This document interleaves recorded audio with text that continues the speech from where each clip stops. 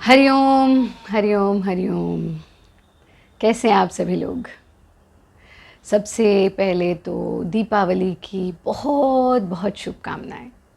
दीपावली दीपों का उत्सव है और आज जो ये दीपावली के उपलक्ष्य में हम मिल रहे हैं, भेंट कर रहे हैं, उसका उद्देश्य यही है कि जो कुछ दीपावली में आप थोड़ा थोड़ा दूसरों के लिए करते हैं, वो थोड़ा थोड़ा सा अपने लिए भी करें।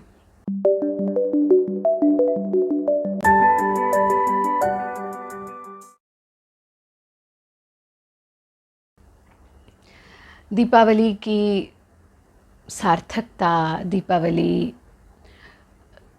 का सही महत्व, उसके पीछे का विज्ञान, उसके हर रिचुअल के पीछे का विज्ञान, इस पर तो हमने पहले भी आप लोगों से कई बार चर्चा की है। और अब आप लोग तो वो हैं जो दूसरों में इस चीज़ को बांट रहे हैं, है ना? तो आज थोड़ा सा आत्मदर्शन कर लेते हैं, थोड़ा सा अपने भीतर देख लेते हैं कि क्या हम इस दीपावली पर करें कि दीपों का ये उत्सव कुछ खास हो जाए, कुछ डिफरेंट हो जाए, कुछ बहुत ही महत्वपूर्ण हो जाए। हम अक्सर दीपावली पर सफाई की बात करते हैं, क्लिनजिंग की बात करते हैं, है ना? राइट? तो जब हम क्लिनजिंग की बात करते हैं तो आप क्या करते हो? सबसे पहले आप अपने घर की सफाई करते हो, है ना? और जब घर की सफाई करते हैं तो पुरानी चीज़ों को निकालते हैं। अभी श्रुति जो हैं वो सोचें कि अरे हैं, ऐसा नहीं समझना कि श्रुति बहुत ख़ास है इसलिए श्रुति का नाम ले रहे हैं, क्योंकि नाम याद है। तो श्रुति कहे कि भाई आज तो मैंने ऐसी अलमारी खोली जो अलमारी को मैंने बहुत समय से देखा ही नहीं था, है ना? तो श्रुति ने उस अलमारी को खोला और उसके अंदर जो सामान है वो तो वर्षों से प्रयोग में नहीं आया। फिर श्रुति ने कुछ कपड़े निकाले और जब कुछ कपड़े निकाले तो उसमें से एक ऐसी कमीज़ निकली कि श्रुति ने देखा, वाह, कितने सालों से मैंने इस कमीज़ को नहीं पहना है और लगता भी नहीं कि आगे भी पहनूंगी, तो चलो ये किसी को दे देते हैं। पर तभी श्रुति को एहसास होता है कि पर ये तो बहुत ही ख़ास शर्ट है, ये तो मुझे किसी ख़ास ने दी थी, इस शर्ट के साथ तो मेरी बहुत सी यादें जुड़ी हुई हैं। और ये सोच करके श्रुति फिर से उसे तय करती है और वापस अपनी अलमारी में रख देती है। तो अब क्या हुआ? अभी हम उस शर्ट से ही मुक्त नहीं हो पा रहे, अभी हम उस कपड़े से ही मुक्त नहीं हो पा रहे। हम बंधे हुए हैं अलग अलग बंधन में। कहीं हम शर्ट से बंधे हैं, कहीं कपड़ों से बंधे हैं, कहीं घर से बंधे हैं, कहीं रिश्तों में बंधे हैं, कहीं व्हीकल से बंधे हैं, और कुछ नहीं तो कहीं हम यादों से बंधे हुए हैं, लेकिन हम बंधे ज़रूर हुए हैं।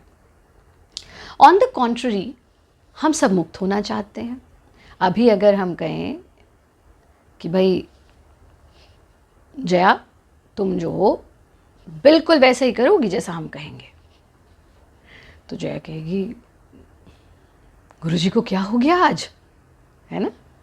क्योंकि जया भी बंधन में बंधना नहीं चाहती। हम कहें कि हमारे जो टीचर हैं वो बिल्कुल वही सिखाएंगे जो हम उनको कह रहे हैं सिखाने के लिए, तो आप लोग भी कंफर्टेबल नहीं फील करेंगे, क्योंकि हर व्यक्ति जीवन में मुक्त होना चाहता है। कितनी ऐसी टॉक्सिक रिलेशनशिप्स होती हैं ना, जिसमें हम महसूस करते हैं कि हम कहीं बंधे हुए हैं, कहीं हमारे भीतर कुछ है जो हमें मुक्त नहीं होने दे रहा है, बहुत कोई दूसरा व्यक्ति बहुत डोमिनेट कर रहा है। तो आप क्या करते हो? आप वहाँ पर खुश नहीं रहते हो। ऐसे ही हमने स्वयं अपने लिए भी बहुत सारे बंधन बांध रखे हैं, और इतने सारे बंधन हैं कि हम उनसे चाह करके भी मुक्त नहीं हो पाते। और उन बंधनों से मुक्त होने के लिए योग में एक प्रावधान दिया गया, अपरिग्रह। अपरिग्रह means habit of non storing, यानी हम चीज़ों को स्टोर ना करें। हम चीज़ों को एक हमारे यहाँ ना लोकल भाषा में कहते हैं सैंट सैंट के मत रखो अपनी चीज़ों को। Learn to let go, learn to let go incidents, learn to let go things, learn to let go what happened, because what has already happened you cannot change it. तो दीपावली जो है ना वो अपरिग्रह का फेस्टिवल है. दीपावली जो है वो हमें मुक्त होना सिखाता है, जिसका आरंभ तो आपकी चीज़ों से होता है कि भाई जिस चीज़ को 2 सीज़न से आपने नहीं पहना. सीज़न इसलिए कह रहे हैं जो मुंबई के छात्र हैं या बैंगलोर या ऐसी जगह के जहाँ 12 महीने, मॉरिशस के छात्र जो 12 महीने सेम आपका वेदर रहता है, वहाँ तो समझ लो जो 6 महीने से नहीं पहना निकाल दो. लेकिन दिल्ली जैसी जगह जहाँ सीज़न आते हैं, है ना, तो वहाँ जो 2 सीज़न से नहीं पहना, यानी तुम्हें उसकी आवश्यकता नहीं है, उसको दे दो. इसलिए दे दो, इससे 2 लोगों का भला होगा. जिसको दोगे उसका तो भला होगा ही होगा, लेकिन उसके साथ साथ तुम्हारा भी भला होगा, तुम्हारा कुछ अपरिग्रह होगा. ये जो तुमने सेट के रखा हुआ है ना, उससे थोड़ा बाहर निकलोगे तुम. और बिल्कुल ऐसा ही क्लिनजिंग हमें इस अलमारी की भी करनी है, इस घर की भी करनी है. कैसे? पहले तो शरीर के धरातल पर. बट हो क्या जाता है उल्टा, दीपावली पर और खा रहे हैं, अरे इतना मिठाई खा रहे हैं, अरे इतना जो है, अब तो फेस्टिवल है ना, चलो कुछ भी खाते हैं. ये सत्य नहीं है. हमें क्लिनजिंग करनी है अपने सिस्टम की. तो आप ये कहो कि मैं हल्का खाऊंगा, मैं कुछ भोजन के नियमों का पालन करूंगा, और उससे भी ज़्यादा अपने भीतर की कि सोचो मैं कुछ ऐसे भाव निकाल देता हूँ जिनकी मुझे आवश्यकता शेष नहीं है, जिसमें सबसे ऊपर होता है अहंकार. इतना ईगो, इतना अहंकार लेकर के हम चलते हैं कि मैं ही सही और तुम गलत, मैं ही राइट और तुम रॉन्ग. ज़रा सोच के देखो, तुम्हारी लाइफ की जितनी भी प्रॉब्लम्स हैं उनके लिए इस वक्त सबसे ज़्यादा जिम्मेदार कौन है?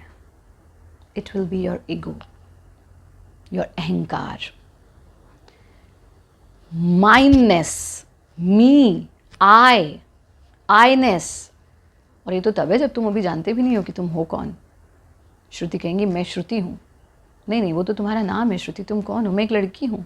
नहीं श्रुति, वो तो तुम्हारा जेंडर है. तुम कौन हो? श्रुति कहेंगी मैं एक योगा टीचर हूँ. नहीं, वो तो तुम्हारा प्रोफेशन है. तुम कौन हो? मैं फलाने की बेटी हूँ, फलाने की बीवी हूँ. नहीं, वो तो तुम्हारे रिलेशनशिप से. तुम कौन हो भाई? तो वो मैं जिसे तुम अभी जानते भी नहीं हो, उसको लेकर के कितना अहंकार है. इतना अहंकार की जीवन की 90% समस्याएं उस अहंकार से है कि नहीं. अब जो प्रश्न उठता है वो ये कि मैं अपने भीतर के थोड़े से अहंकार को आज सफाई कर दूं. मैं अपने भीतर के थोड़े से क्रोध की आज सफाई कर दूं, गुस्से की. मैं अपने भीतर शिकायतों, grudges, unfulfilled dreams, unfulfilled desires के ग्रजेस को जो लेके बैठा हूँ उसकी सफाई कर दूँ. तो प्रिय साधकों, हम उसके लिए एक तो विरेचन ध्यान का अभ्यास करते हैं जो हम अभी करने वाले हैं, और साथ में एक संकल्प लेते हैं.